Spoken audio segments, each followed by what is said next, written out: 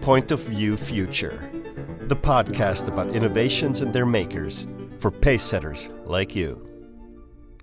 Here we go again. Second edition in English. New guest. Luckily, Gabrielle kind of made the first edition of the English podcast, and we decided for this edition also to go in English. Now, we both are not English native speakers, so we try our best to come up with a decent English. I'm super happy to welcome you, Martin. We all know Point of View Future, so again, it's all about innovation, and this time we truly have an industry veteran. I know it sounds awkward, the true veteran, like veteran old, but I mean, you've been doing your magic in the AR VR space since 2010-ish, whatever. So I think today we are laying the ground for a pretty interesting ecosystem discussion. So I'm super happy, Martin Herdina. And I hand over basically the mic to you. I would be happy if you could shortly introduce yourself to our audience. Yeah, thanks a lot, Nils. Very happy being here. It's a pleasure being part of the podcast. So just like a few sentences about myself. As you mentioned, I'm an entrepreneur at heart. So like from childhood onwards, I've always kind of tried to take the lead and kind of drive things and be innovative and get things going. As such, I have been the CEO of two startup companies. One I have founded myself in 2017 together with a co-founder. This has been in the game payment and in-game economy space. So again, try to be very innovative, try to think of new business models. This was back in the days before anybody was talking about NFTs. So we talked about in-game items and in-game economies. Okay. And we felt the market needs a platform to handle all those data, all those items, all those aspects. And yeah, that's what we founded in 2017. Eventually sold to a large American corporation in 2010, which has been like my first endeavor in the world of entrepreneurship and startup life. And then I got the pleasure to change sides, to take over the CEO role at a startup that has been 1 year old back in the days. So a company called Wikitude. Had the pleasure to join the company in 2010, as you mentioned. And Wikitude has been a leader, like actually the veteran in the whole augmented reality space. So Wikitude's founder, his name is Philipp Preuß-Schneeweiß. He has developed the first ever augmented reality app on a smartphone. Mm-hmm. And by doing that, by rolling this out to the Google Play Store, he actually won some Google Innovation Award because it was like one of the most innovative applications out there back then. Wow. And this is how the company got going. And as mentioned, I got the honor when Philipp was running the company for a bit more than a year. Then he felt, I need to kind of take the next step, need to bring in venture capital, need to bring in investors, need to really accelerate growth and double down on go to market and on scaling the company. Mm-hmm. And that's what when I joined, as I had the experience from my previous company and my previous experiences, and took over Wikitude. And so this means I had like the last 14 years in the whole AR VR space. Went through a very weird roller coaster, seen all the ups, all the downs, and had like a very interesting decade behind me. So the question is it going to happen now? Well, so if you believe the analysts, and we did in 2010 to believe the analysts, which were completely wrong. Next year is going to be the breakthrough year. Yeah, I know. But there are quite a few kind of indicators that really show that it's going to happen. It's probably not going to happen as we all envisage. So the virtual world, the metaverse, as everybody was kind of claiming. It's not going to happen. It's going to be an adoption in baby steps. So, and it's coming from multiple angles. It's coming from the Arabian Stories classes, right, where people are being used to having sunglasses with a camera on, that some electronic device on their nose, where they can really generate content and share it with their family and friends. So that's one angle how you get into the whole space. Or like from the other end, when you look at like what Meta did for the past years with the Meta Quest, now what Apple is trying to pave the ground for with the Apple Vision Pro, which is like a VR headset, which is very bulky, which is big, but it can do so much, and it already can allow a glimpse what augmented reality, or I prefer calling it like spatial computing, is all about. Where kind of content, computation, digital items are just like between us, around us, and we can interact with them like we interact with human beings or animals. Now, I think this one of the buzzwords was always immersive experience, and I think this is now truly happening. Like it's getting tangible. It's from the size factor. It's not yet there, but as you mentioned, the signs are there that things are now starting to develop. Still, I don't think it's going to be next year. I'm still not believing it. I'm hoping for it. I mean, we are both in the same ecosystem, so to say. But I share your thoughts. But it's always, it has been the never-ending story. Like next year, next year. And that has been quite a roller coaster so far. That's true. By the way, when you mentioned in-game payment, what happened to NFTs, by the way? I mean, there was I don't know, 2-3 years ago, everything was like NFTs. What happened? Are you? Well, I think it's the same roller coaster as like for so many innovation topics. So technically, it's there. It's kind of digital items. It's running on a blockchain. It uses cryptocurrency to finance the transaction. So there are still many people who have spent a lot of money on NFTs. But given that there is the metaverse is no mass market yet, so it's very hard to really kind of pay high amounts for digital items that very few people can consume. So it's there, the technological basis is there, the concept is working, but still it's going to take a while until NFTs really become call it like tangible value in our society. As for me, it's always, I mean, Gardner is defining this hype cycle. I think it's basically a good illustration how things develop over time. But there is whenever something is hyped too much, you always have to take it with a pinch of salt. I think people or large corporates try to make it a self-fulfilling prophecy, like, oh, if you just pour in enough money and create a buzz, then things are going to happen. But interestingly, it doesn't, because still in most aspects, and especially in our ecosystem, technology is still the limitation. Physics is still there, and you just can't bend the law of physics how you would like to, just in order to achieve the next technological step. So when you look at and this is also about your entrepreneurial journey and, innovation as such, innovation is tough, right?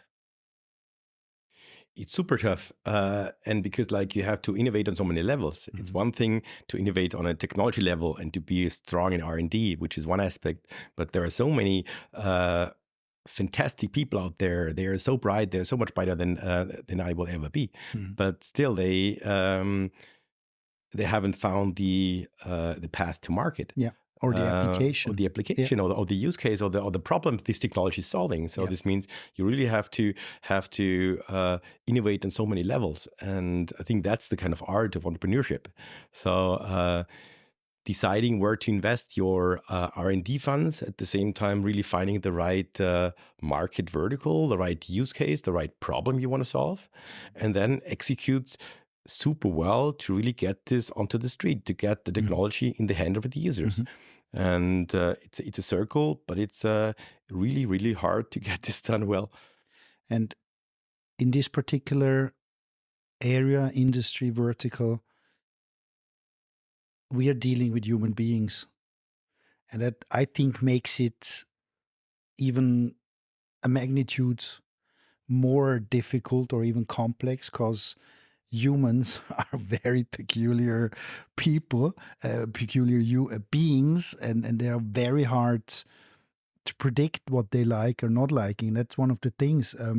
Everything in the space of AR, MR, VR is basically, supposedly should be human-centered, but too many of these solutions, that's my humble opinion, is they are too much technology-centered. So it's like, oh, great technology, and then how do we make now the human being fit into our technology? And I think that's also part of what the industry has been struggling with, leapfrogging awesome stuff. But at the end, who is wearing you? I don't want to bash. I love the Apple Vision Pro because it's a fantastic piece of technology. But again, we are ending still in the same kind of dead end. Too heavy, too bulky, and you can't wear it for 4 hours. So that shows us the limitation. So that's why humans rather have an issue with it than accepting it and saying, oh, that's now what I would like to wear for hours. But from a different angle, so what I like about Apple and I like about the Vision Pro. So generally, when you look at the device, so it's like a racing car that doesn't go faster than like 20 kilometers per hour. So it could do so much more. Yeah. Okay. But like the way Apple is positioning that, it's totally different than anybody else has done that. So when you look at like the application that are pre-installed, when you look about the way it has been presented, it has been presented as a device that can allow you to watch videos in a huge screen, right? Mm-hmm. And said, come on, the device could do so much more. And now Apple is advertising you can watch huge 3D movies, and said, come on. But at the same time, when you look at like the mass market, so there are a few million VR devices out there, but like the mass market has never been wearing a VR headset, has never been interacting with controllers and stuff like that. Yeah. So Apple is really kind of taking 2 steps back and say, what's a use case the regular end user understands is watching videos. Yeah. And you don't bundle it with controllers nobody has ever used before, but you work with logical human user interfaces, with eye tracking, with gestures, like with very easy components that are intuitive, right? That's easy to understand, and that's how you take users by the hand, step by step by step by step, and you start with eye tracking, gestures, and watching 3D movies, and then you kind of get beyond that. Yeah. And that's what I like about the Vision Pro. Beyond it's like, hey, it's bulky, it's too heavy, but it's like a massive piece of computation on your head, right? It's the best thing that has ever been produced in that segment, right? That's for sure. Yeah, that's for sure. Now, one of the things, I mean, you've been connected to the Silicon Valley in the recent years pretty tightly, and I think there is always this myth that innovation takes place in a few areas around the globe, and Silicon Valley still, I think, has the best reputation when it comes to get new things on the street and just trying it. What sets us apart? I mean, you're based in Vienna, close ties to the Valley. Over the few last years, what has been your take, or how did your take on how they handle innovation differently than we do? Are there a few aspects where you would say, I can pinpoint them? Well, I think what you cannot do a successful technology innovation company without being somehow tied to the Silicon Valley. Yeah. Because like it's just like so much being there from like all the large corporations are there, all the content is there, the media there. Of course, the money is there. There, all the venture capital is in the Silicon Valley. So you definitely need to have ties to the valley. It's really important because also from a kind of public exposure standpoint, the media are watching what's happening in the Silicon Valley. Having said that, still, when looking at like the whole AR, VR space in particular, innovation, or the majority of the innovation happens here in Austria, Germany, Switzerland. So to a large extent, this is tied to the universities. There is so much research being made here. University of Graz is like one of the leading computer vision schools globally.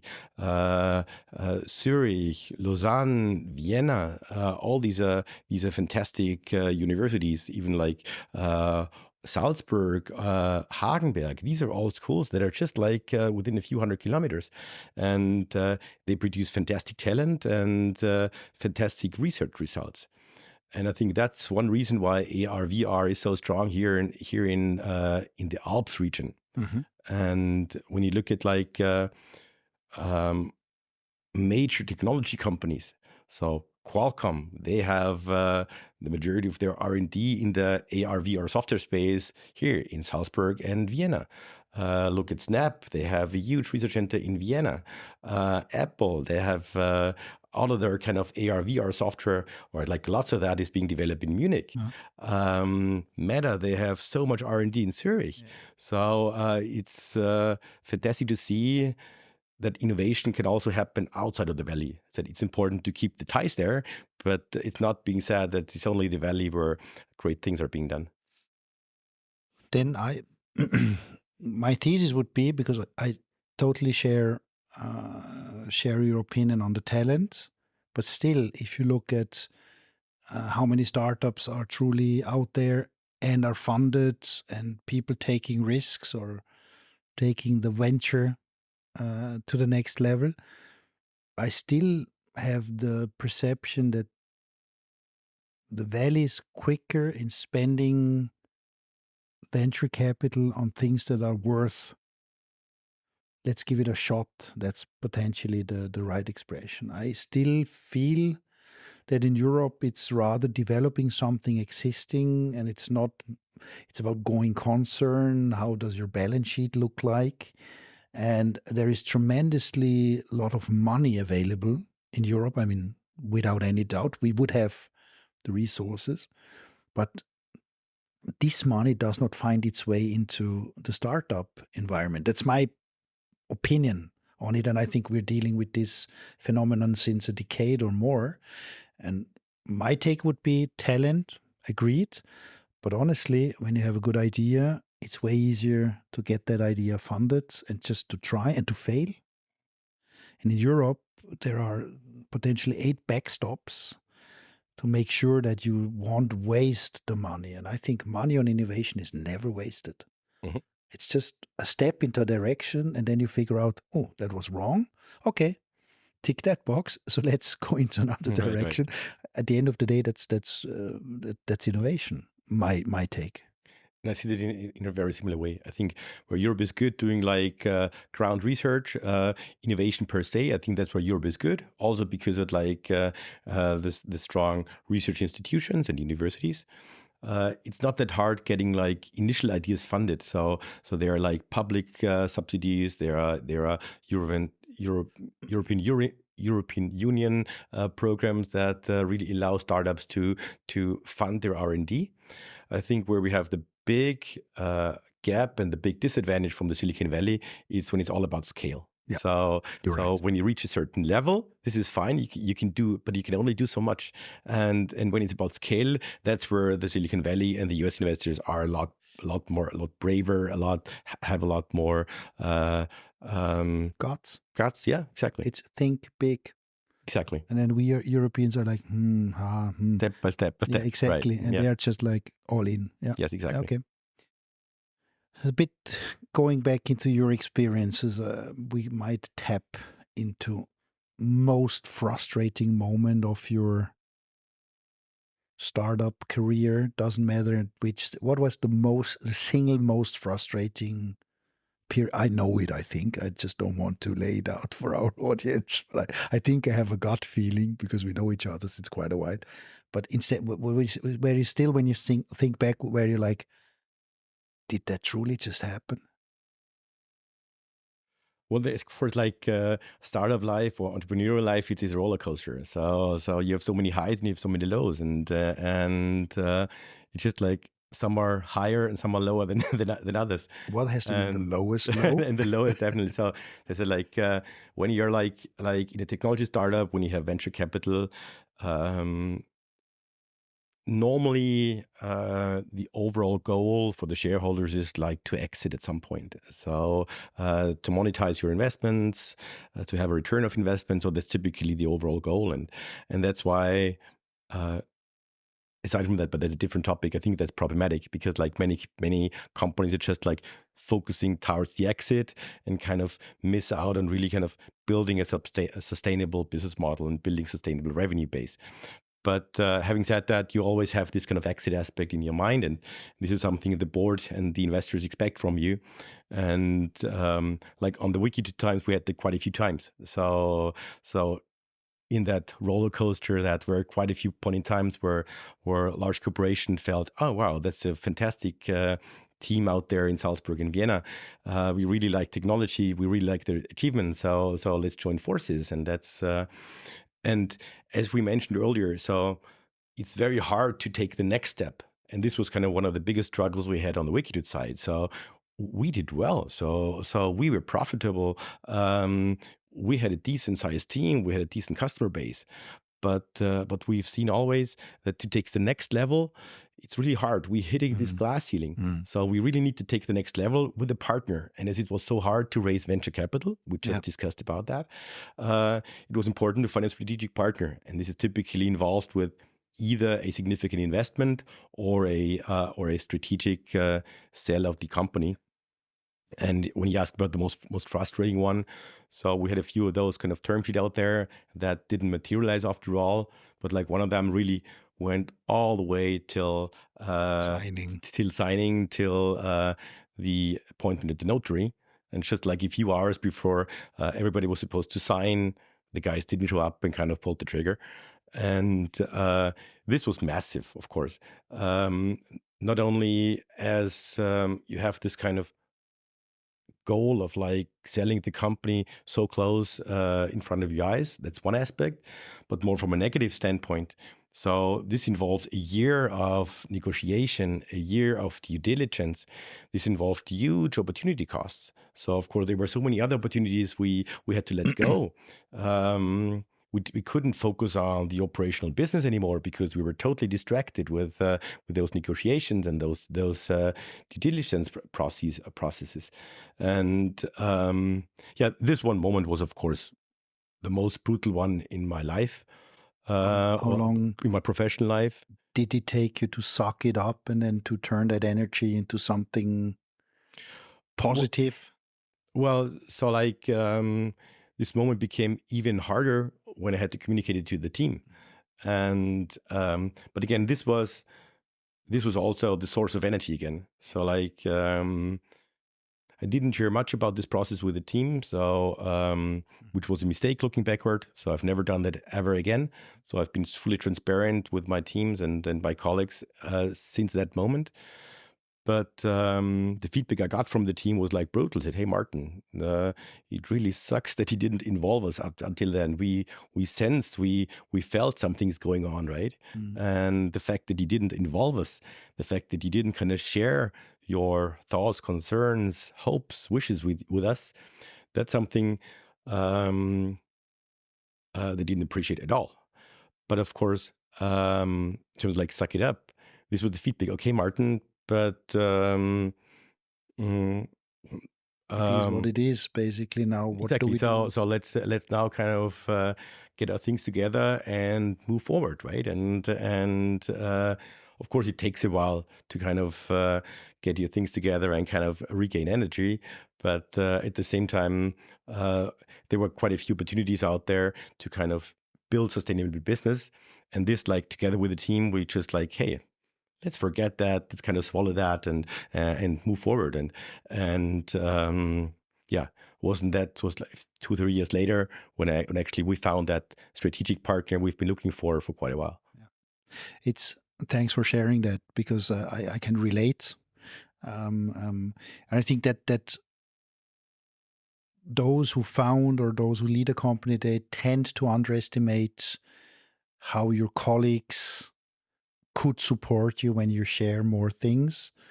I think it's walking the line. Too much information, but no information as well is not good. So it is a tricky kind of animal to deal with.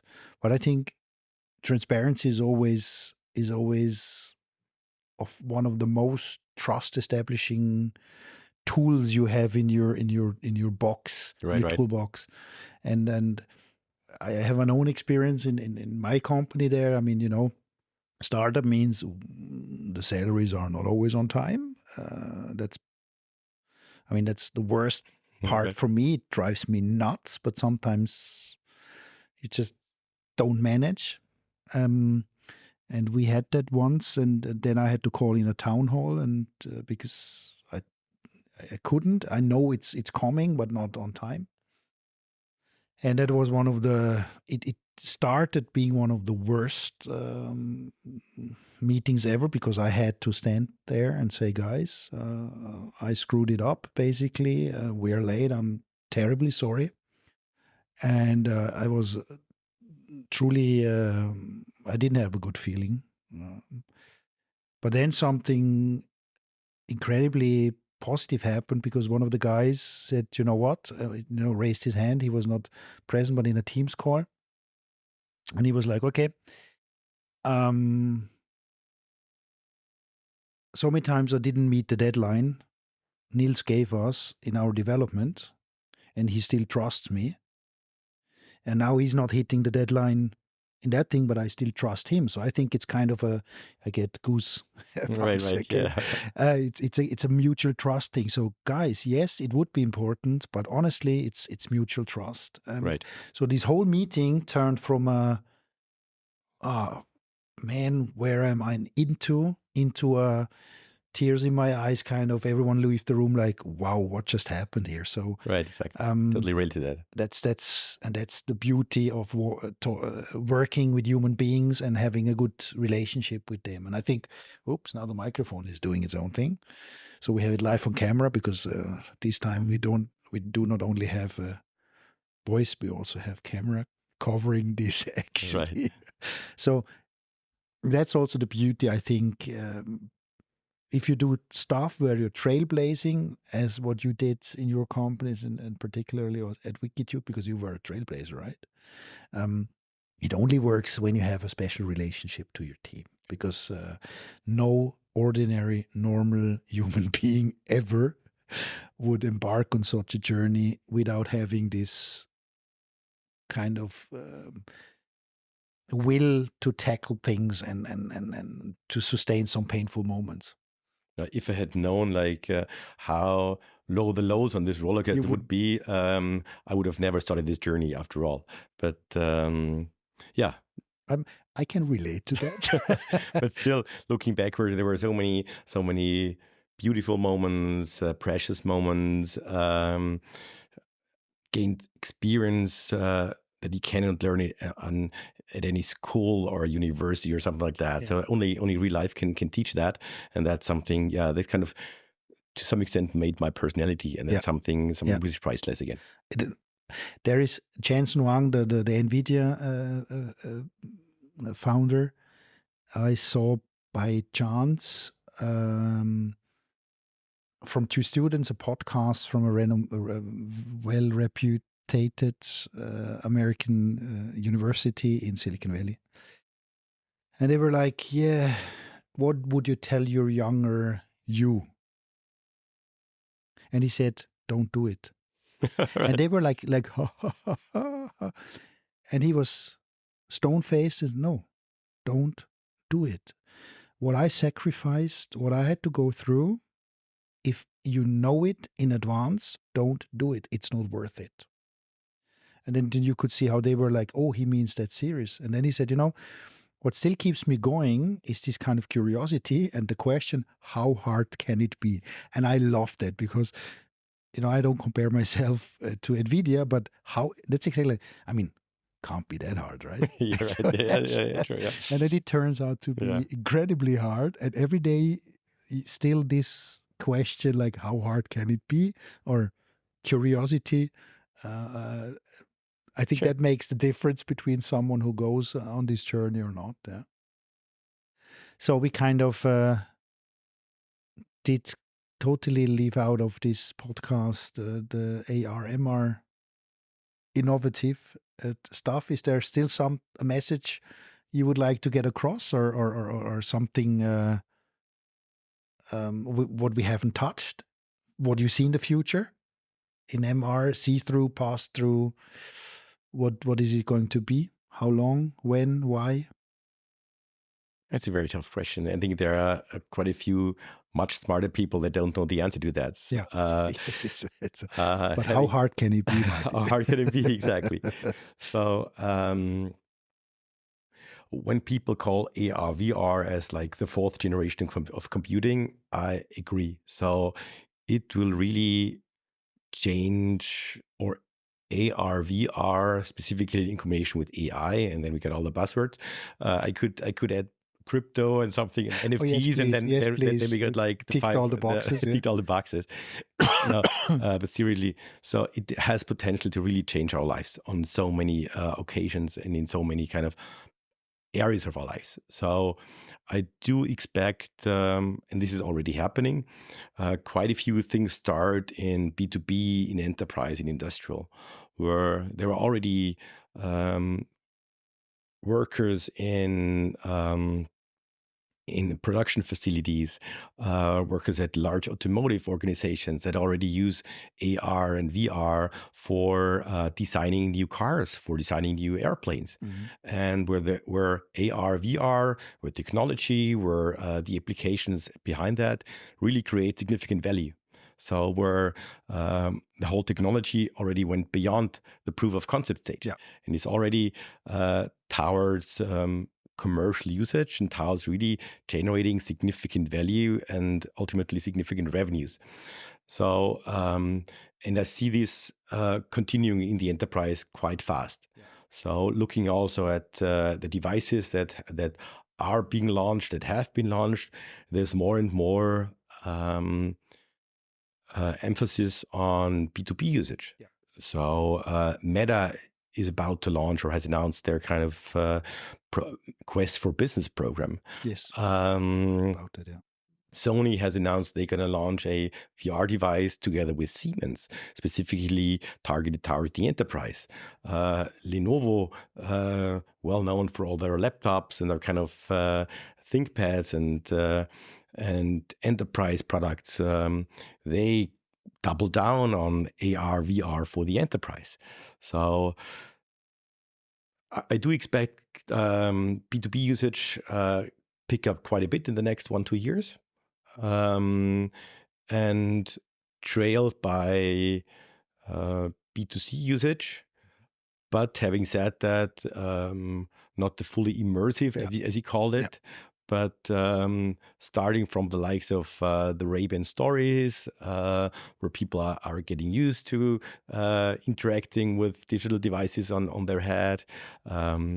There might be other kind of classes for like sports classes. I expect things like that. Sports classes which with an HMD there that shows certain information, something that is complemented by your watch, for instance. So I do expect lots of electronic innovation at and around your body. Yeah. And this will ultimately move towards your head. But I guess it's gonna take. There are still like a few years down until the majority of people are really gonna interact with AR, VR devices on a regular, not even saying daily, but regular basis. I totally agree, and I'd add that that has always been my working hypothesis. At the end of the day, smart glasses are going to replace a smartphone. So this is, I think, that ball has started to roll. it has not yet been technically doable due to miniaturization, power consumption, heat. Exactly. Heat is a beast because you wear that thing on your nose, which is Right, the right. most delicate area. A human body cannot cope with high temperatures. But things are developing there, and I think now what you shortly touching the topic again of the Apple Vision Pro, and I also think that now the approach towards how to interact has changed, and I agree that what the AVP, the way how to interact with the glasses, that's the benchmark for the future. This combination of using your why would you interact with visual content using your fingers, using your voice? The most intuitive ways to use your eyes, and that's exactly what they did, and that's truly something I adore at the AVP, and I think they laid the grounds to show how the future of interaction, human machine interaction with smart glasses will look like, and the rest. I think that's now truly getting more and more tangible that it's going to happen. If I have to make a prediction, B2C towards the end of the 20s, 27, 28, then that's something where we might see some truly cool, immersive, form factor, human-centered smart glasses. Now I ticked all the boxes. Right. Still, I do think like certain special purpose use cases, they will also lead the ground. Yeah. So you're talking like AI glasses or these kind of things. Or Lufthansa announcing that they will have VR glasses in business class. Oh, really? So I think that's one area where they can really kind of drive adoption. When I'm kind of flying business class, and rather than having my screen, I have my VR glass, or and I can really try it out on a intercontinental flight for 10 hours, and then I get to use VR and immersive content in that environment, or kind of even having like virtual screens there and virtual keyboard, and I can do my work there. And while I might not do that, if not myself as a kind of industry expert, but like why a regular user might not do that proactively, but he or she is confronted with that in a business class, on a long distance flight. Hey, this might really kind of help drive adoption. And I definitely see a few occasions like that, or like some kind of location-based entertainment environments in theme parks, in shopping malls, where people can just like, or in museums, where people can just like borrow devices and experience how immersive content looks like. Hey, how does eye tracking work? How does gesture tracking work? How can I interact with my environment? If there are more and more of those places out there and occasions out there where I can experience immersive content in spatial computing, I think this will definitely drive adoption quite a bit. I in the last podcast with Gabriel, we had a discussion that was not similar, but topic-wise about the adoption. And I think she said currently it's a very exclusive group of people that is able to experience this technology. Now going into business class flights is potentially even more exclusive clientele. So I think it will help, but I'm already looking forward to the discussion. Can you please restart my device? I can't see anything. So that's. But if I fly business class, I'm very much looking forward to that.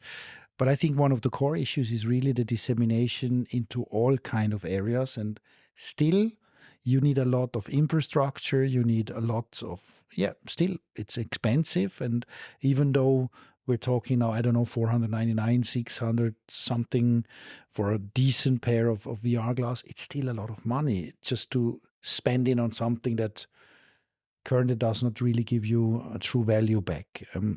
Not talking about an Apple Vision Pro, which is 3.5K. So I think one of the major things that what needs to be innovative is how we can disseminate this technology into basically all areas of society and not only in the exclusive Yeah, fully agree. area. Fully agree. Okay. So it seems we had quite a journey in our talk. It felt like 2 minutes, but behind the cameras, I just saw an arm tipping like time. So is there anything famous last words, or otherwise we would go to the last chapter of our podcast, which is the famous word wrap. I think we had so many impressive, famous words over the past 30, 40 minutes. So happy to kind of head straight to the word wrap. So Good. Then let's do that. I announced it. Now is the moment of truth. So what's top of your mind? Do not hesitate. Just spit it out. There is nothing. I think it's hopefully funny, and there's nothing that would put you in an awkward situation while answering it quickly. let's see. And if we still can cut it out afterwards, so no worries, Martin. Good. So if I hadn't pursued a career in tech and XR, I would be Doing something else entrepreneurial driven. my first job. Loading and unloading planes at the airport in Salzburg. Really? Okay. It hasn't been too stressful because there are not so many flights. But there are not that many people either. Okay. So it was physically quite intense. Okay. Wrong perception. A book every tech enthusiast should read. Tipping Point Okay. by Matthew Kleibel. Cool. I have to read it myself. Didn't know it. My favorite gadget that I cannot live without. My smartphone. Okay. Yeah. Boring. Sorry about that. But So boring. I expected way more there, Martin. Yeah, I'm That's sorry. disappointing. The most surprising moment of my career. I think there are surprising moments every single day, right? When kind of you turn a few stones and something good comes out of that. So So we'll leave it. we'll leave it. Okay, yeah. good. Well, A country I want to visit for its tech scene. Israel. Okay. Me would be India. I think it's thriving there and it's totally different to what we know, but Israel, yeah. The biggest misconception about XR. Calling XR metaverse. It's horrible. Oh, that's a good one. That's a good one. That's a good one, yeah. An app I use daily. Pokemon Go. The most important skill in the tech business. Connecting technology to actual use cases and user problems. In 10 years, AR will Still not be used like a smartphone, but used by a much bigger portion of our society. a technology I am skeptical about. I'm damn skeptical about AI and what AI can do, will do, and how it will influence us. Yeah. Would have been exactly the same answer. An advice I would give to my younger self. I can't give the same answer Tencent did, right? And focus a lot more on the quality of life part. Kind of find the balance between private life and work a lot better, and kind of really emphasis on that. No, the sacrifices are huge. That's for sure. A tech leader I admire. We mentioned Jensen, but I really like how Jensen built his company and his proposition, and kept it successful over decades. Yeah, and really put something out there that changes a lot. Yeah. The most underrated technology right now. Have to pass. Oh yeah, me too. Honestly, I'm just. That's a tricky question. I will ask it every time. Most underrated technology right now. Then the last question, and then we're done, basically. And it fits to your work-life aspect. My ultimate relaxation tip after a long day of work. spending time with the kids. I knew that this was coming. Well, that's one aspect. Or the second one is doing like rock climbing, even though I don't have much time doing that. But like when you're like up climbing and you focus on the next step and the next move. Yeah. So then you have to concentrate to 100% or more. So, and this means it wipes out everything else that might be in your head. That's a super nice thing to close our podcast. You advance by focusing on the next step. Very philosophical, but I would say so. Yes, exactly. I'm just It's a good one. proud of myself. No, thanks, Martin. It was a fun. It was a blast. Always the same thing. I could sit here and talk with our guests, and now with you for ages. Thanks for being our guest. Thanks for having me, Liz, yeah. And looking forward to our next touching points. There will be a few, I'm pretty sure. I hope everyone enjoyed it, seeing us on camera, first time ever.